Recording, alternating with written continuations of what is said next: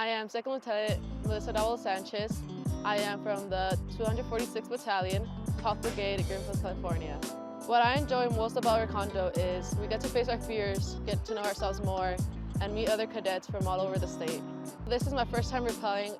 Something that I've learned is to know myself more. I usually always tell myself, like, no, I'm not able to do this, or no, I can't do that.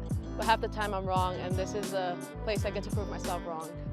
As a cadet officer, I think it's important to motivate our cadets. The way I do that is I come out to most of the events with them, and we have a lot of new cadets today here. So I like to set the example, do what they're doing, and experience the same thing with them.